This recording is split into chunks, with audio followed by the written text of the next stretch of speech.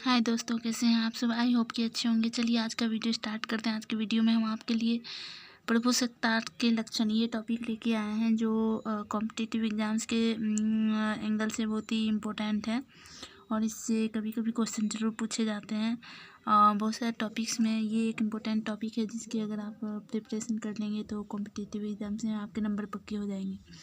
तो चलिए आज का वीडियो स्टार्ट करते हैं और देखते हैं कि इसमें कौन कौन से पॉइंट हैं।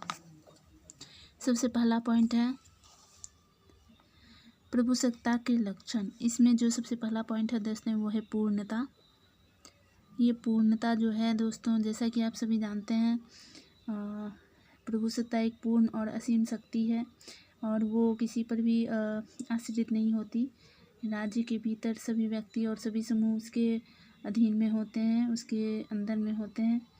और राज्य के बाहर भी अगर प्रभुसत्ता धारी अपने राज्य के संदर्भ में सर्वोच्च माना जाता है, सबसे ऊपर माना जाता है, तो ये एक तरह से पूर्ण रूप से वो संपूर्ण प्रभुसत्ता उसके अंतर्गत में होती है। और सभी जितने भी संगठन होते हैं, जितने भी समूह होते हैं राज्य के, सभी लोगों होते हैं, सभी लोगों पर ये पूर्ण रूप से उसके अधीन होते हैं। दूसरा पॉइंट जो है हमारा दोस्तों वो है सार्वभौमिकता। दोस्तों वैसे अगर मैं बता दूं आपको कि पूर्णता, इस पॉइंट के अंतर्गत मैं एक उदाहरण देना चाहूँगी अंतर्राष्ट्रीय कानून का। तो दोस्तों अंतर्राष्ट्रीय न्यायालय भी जो है वो सिर्फ अंतर्राष्ट्रीय कानून की व्याख्या ही कर सकता है, किसी को उसे मानने के लिए बाध्य नहीं कर सकता। दूसरा जो हमारा पॉइंट है दोस्तों वो है, दूसरा पॉइंट हमारा है दोस्तों सार्वभौमिकता। तो दोस्तों जैसा कि आप सब अगर पढ़े होंगे तो आप सब जानते होंगे कि सार्वभौमिकता प्रभुसत्ता राज्य के भीतर सभी व्यक्ति, संस्था और समूह जितने भी लोग होते हैं उन सभी के से सर्वोच्च होता है। वैसे राज्य चाहे तो किसी भी विषय को अपने अधिकार क्षेत्र से बाहर रख सकता है, किंतु कोई व्यक्ति या संगठन राज्य के जो अधिकार होता है उससे मुक्ति की मांग नहीं कर सकता या उससे बाहर नहीं जा सकता। तो ये उसकी सार्वभौमिकता होती है। दोस्तों तीसरा जो हमारा है वो है अदेयता।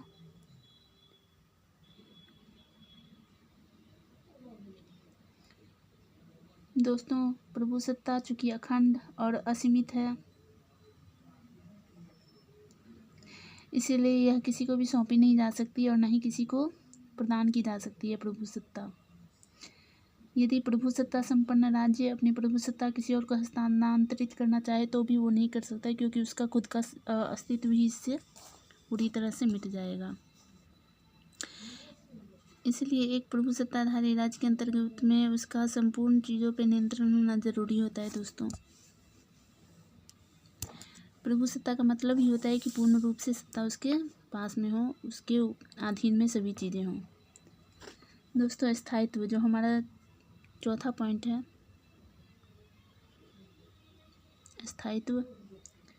तो अस्थायित्व, वैसे राज्य तो अस्थायी होता है, ये सभी जानते हैं, और प्रभुसत्ता भी अस्थायी है। अगर प्रभुसत्ता है तभी राज्य है, राज्य के पास अपनी प्रभुसत्ता होती है, ये सभी जानते हैं। जब तक राज्य का अस्तित्व रहता है तब तक प्रभुसत्ता रहती है। दोनों को अलग अलग नहीं किया जा सकता और दोनों अलग अलग हो भी नहीं सकते, क्योंकि अगर राज्य है तभी प्रभुसत्ता उसके पास होगी और प्रभुसत्ता मिलने पर ही एक राज्य का अस्तित्व संभव हो पाता है। इसलिए दोस्तों अगर राज्य में स्थायित्व है तो ही प्रभुसत्ता वहाँ पे बची रह सकती है, टिकी रह सकती है, ये सब हम जानते हैं। स्थायित्व ये एक महत्वपूर्ण लक्षण है प्रभुसत्ता का। पांचवा जो हमारा पॉइंट है दोस्तों अविभाज्यता।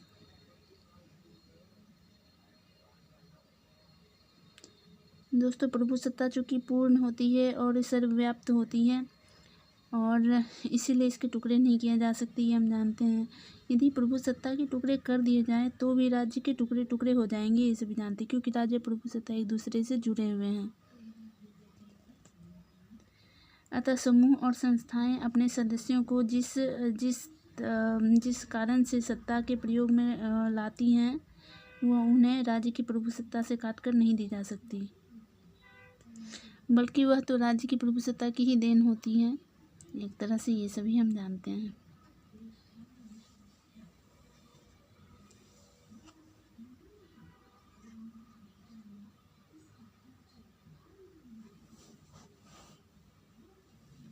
तो दोस्तों, आज हमने प्रभुसत्ता के लक्षण के बारे में पढ़ा। प्रभुसत्ता के लक्षण जो हैं, सबसे पहले आप रट ले, पूर्णता है, सार्वभौमिकता है, अदेयता है, स्थायित्व है, अविभाज्यता है। ये 5 पॉइंट हैं जो प्रभुसत्ता के अंतर्गत आते हैं। इन सभी 5 पॉइंट को आप याद कर लें, और इसे हमने डिफाइन भी कर दिया है। थैंक यू दोस्तों।